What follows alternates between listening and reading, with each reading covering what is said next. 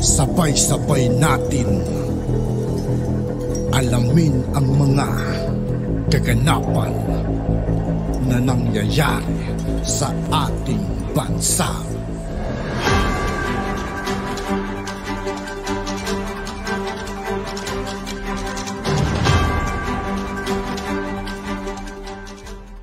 Yo, what's up mga kaibigan? This is I2K po again.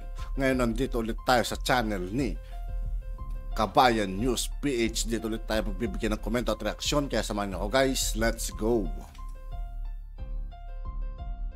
Doon si Inday Sara, yung kampo ng mga Duterte. Lahat na lang si Inday. Si Inday Perme, yung pala insecure to the highest level. Yung Lisa Tanas na ito. Pa-interview ka, ano ito? Damage control? Sabi niya, I was always kind to her. Bad shot na yan sa akin. Ano ka bangag? Mga kabayan, bumwelta na sa wakas ang numero 1 kalaban at bumabatikos kay First Lady Araneta Marcos na si Maharlika, ang kilala at sikat na vlogger na dating kaibigan ni Mrs. Araneta Marcos.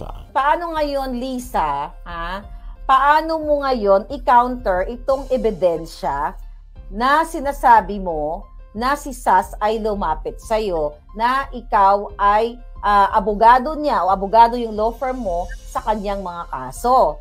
Kasama ni Maharlika ang isa pang vlogger na si Sas Rogando Sasot, na dati ring kaibigan ni Lisa Marcos. Ayon sa dalawa, puro kasinungalingan ang mga pahayag ni First Lady patungkol sa kanila matapos ang ginawang interview sa kanya ni Katunying. Hindi ka nila in-advise na itong mga sasabihin mong ito ay, Mamshi, wala po tayong ebidensya. E paano pag naglabas ng ebidensya si Maharlika, si Sas? Lagot na naman tayo, Mamshi. Anong gagawin natin? Ano yan, magpapa-interview ka na naman, Lisa, kay Anthony Taberna with dry hair and dry skin? Matatandaan na minsan ang nagkaroon ng issue at matinding bangayan si Anthony Taberna at Maharlika kung saan ay nauwi pa ito sa dimandahan. Kaya naman sa ginawang interview ni Taberna kay First Lady Araneta Marcos, hindi nila maiwasan na mapag-usapan ang mga issue kila Maharlika at Sas. Ano yung isang tawag mo lang, Lisa Marcos, nang hindi mo pinagmumukhang tanga yung sarili mo with your dry skin and dry hair and ugly personality? Talagang halos lahat ng sinabi niya doon ay kasinungalingan. Isa sa matinding issue at trending ngayon sa social media ay ang pahayag ni Lisa Marcos na bad shot na si BP Sara sa kanya at hindi na niya ito mapapatawad maliban na lang kung hihingi siya ng sorry. Bagay na inalmahan ng iba't ibang supporters ni BP Sara at maging ang ilang mga personalidad, partikular si Atty. Harry Roque na kilalang supporters ng mga Duterte. Wala pong obligasyon na magkawtaw sa inyo ang Vice President. Kayo po ang may obligasyon na respetuhin ang Vice President dahil napakalaking mandato pong binigay sa kanya ng taong bayan. Madam Ethel, Lisa, konting ano lang, hindi ho si BP Sara Duterte ang tumawag na bangag sa inyong asawa. Si Pangulong Duterte po. Ano ang masasabi mo dito, kabayan? Sama-sama nating panoorin ang buong video at pakicomment nyo po ang inyong mga reaksyon at sariling opinyon. Pero bago yan, muli po ako nag-iimbita sa mga hindi pa po nakasubscribe sa ating channel na Kabayan News PH, pakipindot po ang subscribe button at pakiclick na rin ang notification bell para lagi kayo updated sa mga bagong upload natin na legit at napapanahong balita. Maraming pong salamat. Kahit yung lawyer ko, hindi makapaniwala na siya ay nagpa-interview at ibinagsak ng pinakabagsak sa Kumunoy yung kanyang sarili sa lahat ng kanyang kasinungalingan. Di ba ma'am, kung ikaw, alam mo, ikaw, Mrs. Araneta Marcos, abogada ka pa naman. Magsasalita-salita ka ng ganyan, di sana sinamahan mo na ng dokumento, sinamahan mo na, ito ho, finire niya yung abogado, ito yung ganyan. Everything is there, Mrs. Araneta Marcos. Wala, the facts are not on your side, lying lady. Diba? The court documents are not on your side. My correspondences with the lawyer na galing sa law firm mo are not on your side. Alam mo kung ano lang nasa side mo, Mrs. Araneta Marcos? Number 1, amats mo. Number 2, mga dilawaan na siguro nasa side mo na, no? Na hindi natin alam kung bakit Hindi, alam mo, matindi kasi ang hugot nito ni Mrs. Araneta Marcos kung bakit gusto niya siyang mahalin siya ng mga dilaw. And I think it's for the future people, future tense. Mga sa susunod na panata, kung bakit siya, bakit gustong-gusto niyang mawin ang pagmamahal ng mga dilaw. Dilawan. Okay? Yes, and number 3, Mrs. Araneta Marcos, sinungaling ka. Walang tumama, isa lang ang tumama sa sinabi mo. Dalawa actually, na pro bono yung service mo sa akin at nagkakilala tayo. The rest ng sinabi mo, kasinungalingan, hindi ka mananalo dito, madam. Hindi sinasabi ko mananalo. Kasi kapapakita lang natin ng mga exhibit natin, di ba? Sinungaling ka, mula ulo hanggang paa, mula sa cuticle ng iyong mula sa cuticle ng iyong paa hanggang sa dulo ng iyong dry na buhok na dapat mo nang ipa-hot oil. Madam. Madam Lisa, konting lang. Hindi ho si VP Sara Duterte ang tumawag na bangag sa inyong asawa. Si Pangulong Duterte po. Kaya maintindihan natin kung si Lisa Marcos magagalit kay Pangulong Duterte.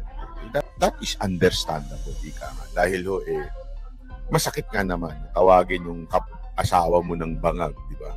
Lalo na kung ito naku, kaya tuloy. The camera panned on her, tumatawa. So syempre nakita ko, sabi ko, wow man, I mean, masakit yan, mali yata yan, di ba? Ano sabi? Wow man? Wow man. Sala talaga ito si If there is one thing na napatunayan natin ngayon, etong si Madam Lisa ay talaga nga namang alta sa syudad. Si Bongbong Marcos bangag noon. Ngayong presidente na bangag natin ang presidente. Nakaw? Kinabukasan. Wala. Yung sinasabi ni Madam Lisa na pagkasabi ng presidenteng bangag, nagpandaw kay VP Sara Duterte. Ibig sabihin, nag-focus yung camera kay VP Sara Duterte, tumawa.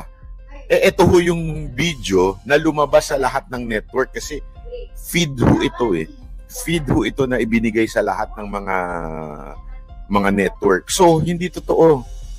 Ilisin natin Protecting. Tapos gagawin mo yan? Ang tinutukoy na rally ng First Lady ay ang prayer rally noong... Wait. And then the camera panned on her. Tumatawa. Then the camera panned on her. Ibig sabihin, pumaning. Gumaran. Pagtingin sa kanya,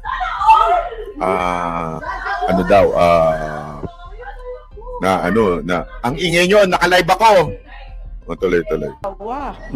So, syempre nakita ko, sabi ko, wow, nakita daw niya na nagpaning. Masakit yan, mali yata yan, di ba? Parang, you're getting sweldo from the government. You're getting sweldo from the government. Malupit talaga ito si Madam. You're getting sweldo from the government. You're supposed to be the alter ego. You're supposed to be the alter ego of the president. Naku, parang walang ganun sa konstitusyon Parang walang ganun sa konstitusyon. Ang nasa konstitusyon ng alter ego ay yung mga sekretary. Although sekretary siya ng DepEd, still, hindi mo masasabing totaling alter ego kasi ang sinasabi niyang alter ego is vice president, di ba? Pwede ba natin masabi alter? Siguro, kasi tama. Sige, tama na siya. Kasi nga, unity team sila Yung sabihin, isa. Yun siguro yung tinutukoy ni Madam Lisa. Unity team kasi sila Ibig sabihin, sila ho ay nagsama sa isang slate. Kaya siguro sinasabi niyang parang alter ego. Sige.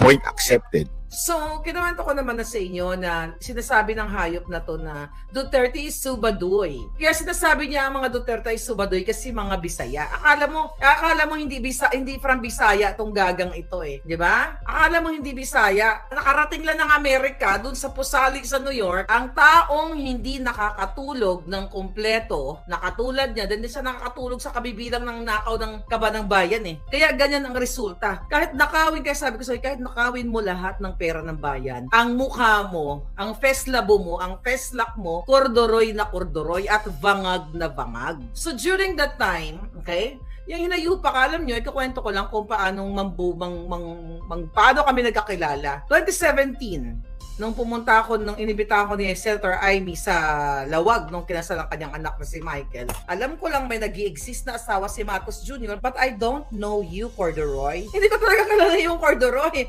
Yung sabi niya, oh, hi, Maharlika. Thank you for coming in Lawag. Oh, thank you. Thank you, darling, for supporting Bong. Have you met Bong na? Come on. Gaganon ka pang alpotera ka. Remember that? Ngayon, eto. Ayun na nga, during the campaign, nag-uusap-usap kami kasi syempre tumatawa yung lalo pag bangag yung mga yan, tumatawag yan, ang hinayupak na yan, or nagtitext pag gusto nilang pa-interviewin si Kuting. Ngayon mga kababayan, may mga pagkakataon na nagchika boom kami. Kasi diba may mga survey, so nagkukwentuhan kami, natatakbo ba si Inday? Kasi syempre ako talaga, budol na budol, talagang, ayaw ko si Inday nung time na yun, kasi nga sabi ko, bata pa si Inday, ganyan, si Kuting na lang muna, kasi patuloy yung nasimula ng tatay ng chuba-chuchu, mga ganon. So during that time, ngayon sinasabi namin, yung sa conversations, at lahat ng platform meron kami, WhatsApp, Viber, at kung saan, hanggang sa tumatawag nga siya kapag bangag siya. May mga pagkakataon na sinasabi ko sa kanya,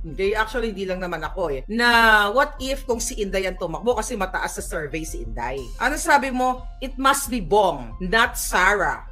Ayaw niya talaga. It's not be Bong as president, not Sarah. Sobrang nasistress ka everyday kay Inday Sara kasi insecure kang naligaw ang text mo kay Inday Sara. And I don't think Inday Sara will speak up about this. Alam niyo ba kung anong tinext niya? Okay, sabihin ko sa inyo.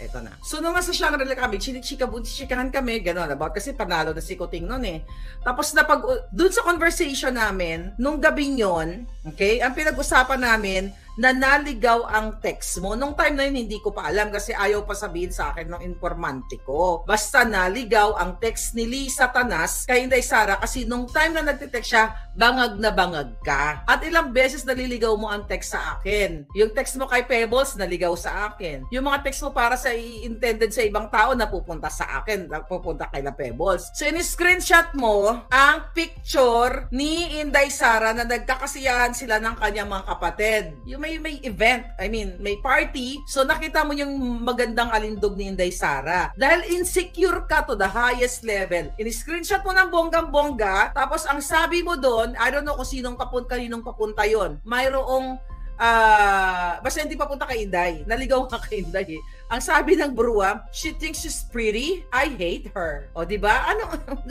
Yun na yun nanalo si Kuting. She thinks she's pretty, so may kachika bumbo siguro na ni-screenshot na yung mukha ni Inday together with her siblings, with buhay na pamilya, at isisend niya dapat isisend niya dapat kay So, naligaw po yun kay Inday. Diba kinuwento ko na sa inyo yon 2022 pa lang. Nung kinuwento ko sa inyo, hindi ko pa alam kung anong laman ng message. So, finally, nalaman natin na yung pala, inggit na inggit sa beauty ni Inday. Nung April, nung sinita ko tong hinayupak na ito dahil doon sa ticket na supposedly dalawa yung ticket ko sa meeting de Avance kasi may nagpolitika. Then also, nung time na yon, syempre nagsumbong-sumbong ako sa kanya, okay? Na sinabi ko ngayon pa lang, sabi ko, napapaligiran na kayo ng ahas, nasa message yun, di ba? Pinakita ko na ilang beses yun. Ang sinisinga niya doon si Inday Sara, yung kampo ng mga Duterte. Lahat na lang si Inday. Si Inday Perme, yung pala insecure to the highest level, yung Lisa Tanas na ito, na nagsalita ngayon, teaser daw nila. Ang sabi niya, I was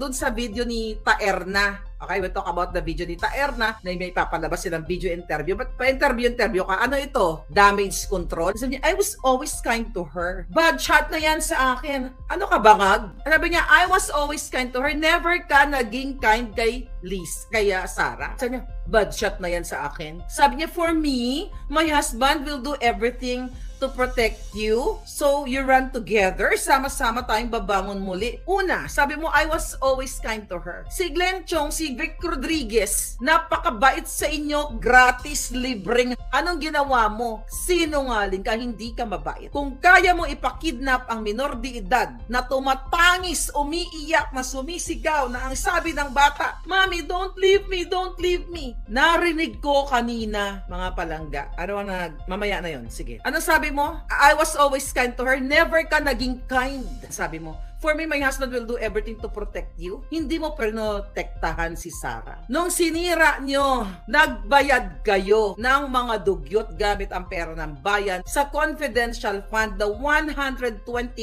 million. Alam mo kung sino naapektuhan? Hindi si Inday Sara. Yung pondo na yon na dapat matanggap ng mga taga Davao, ng mga may sakit, ng mga tinutulungan ni Inday Sara, na antala dahil sa kababuyan, na-give up na si Inday Sara, di ba? O sige, wala nang confidential fund para masiyahan kayo. Pero ang panalo nyo sa loto, bilyon-bilyon na loan better, namamayagpag kang ihudi punggol ka. Antayin pa ba natin, iparinig natin ang mga audio sa inyo kung paano tumatangis ang bata dahil pinadukot ni Lisa? Pero may tamang panahon dyan. Ang sinisinga niya. At yun nga po mga kaibigan, dito po nagtatapos ang ating reaction video. Muli ako po si I2K ng Sundalo ng Dunggalo. Maraming salamat sa patuloy na pagsuporta.